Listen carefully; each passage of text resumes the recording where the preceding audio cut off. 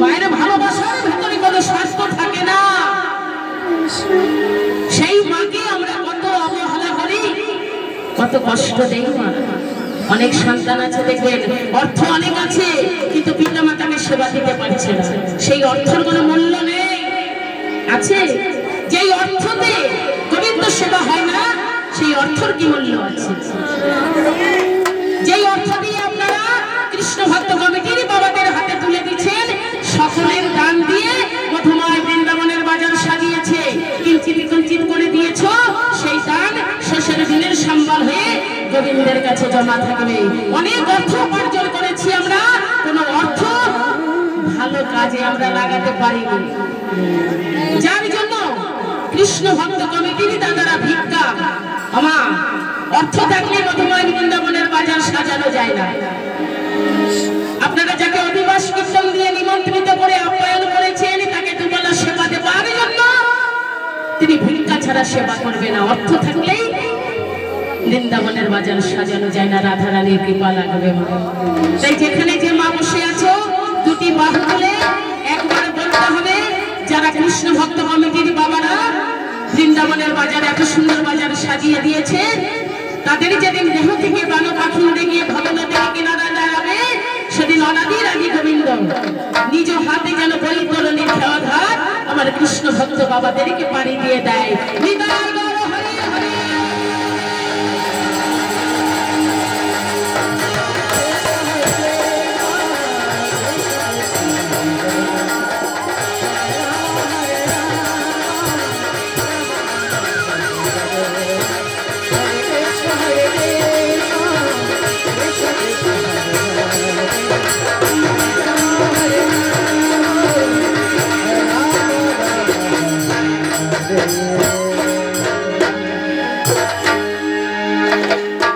আমাদের জন্য দুটি ভাই নিতাই ভজিলে গৌরকে পাওয়া যায়। মা সকলের আগে নিতাই ভজ, নিতাই ভজ, নিতাই ভজলে প্রাণের গৌরকে পাবে।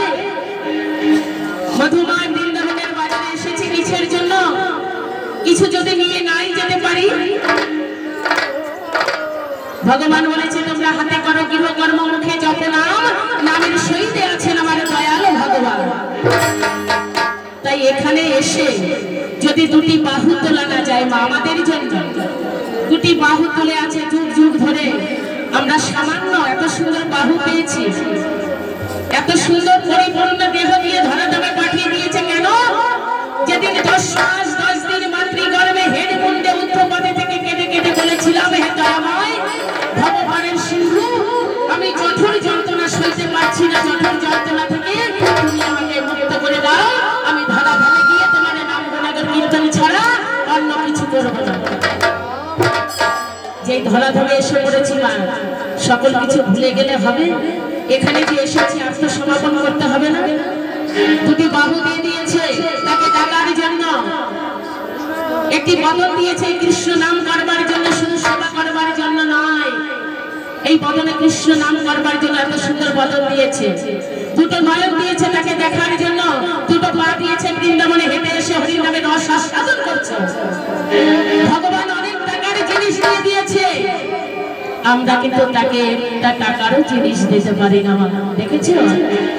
তাই এখানে আসলে পরে কিছু কর্ম থাকে, সকল মায়েদের বলছি মা আশা যাওয়া বিফলে চলে যাবে।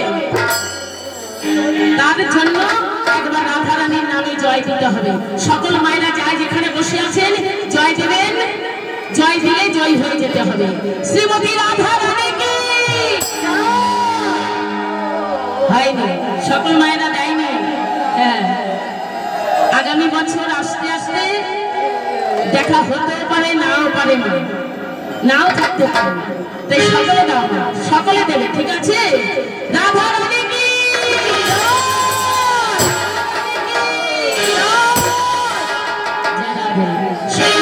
বৃন্দাবন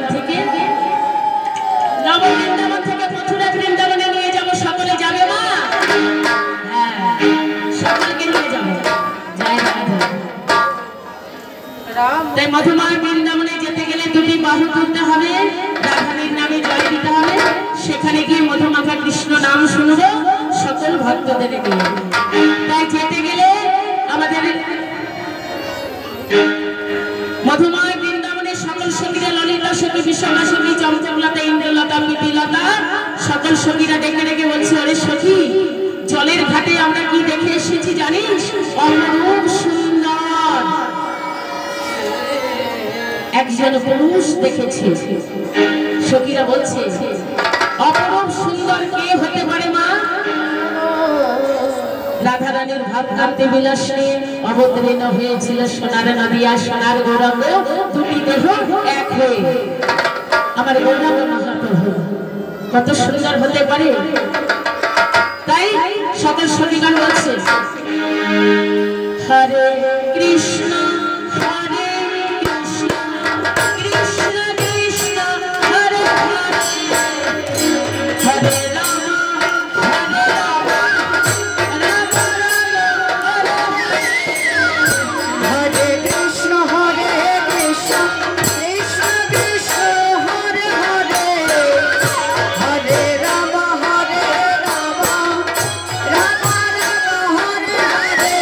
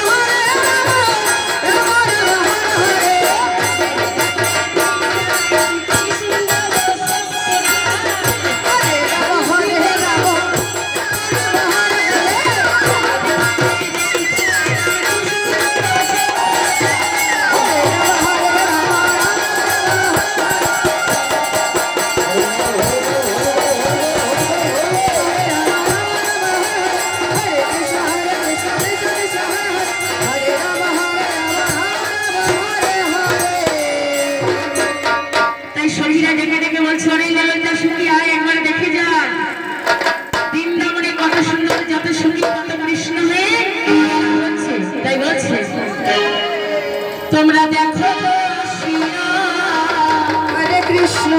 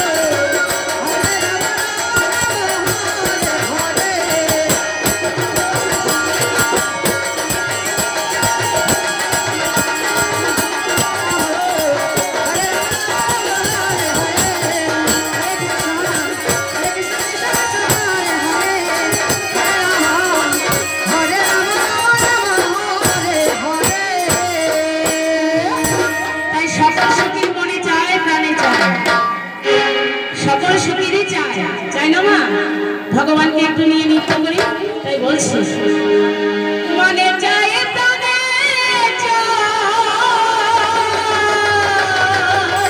কৃষ্ণ কৃষ্ণ হরে হরে মনে চায় প্রাণে চায় ওই দিয়ে যায় তোমরা সাজাবো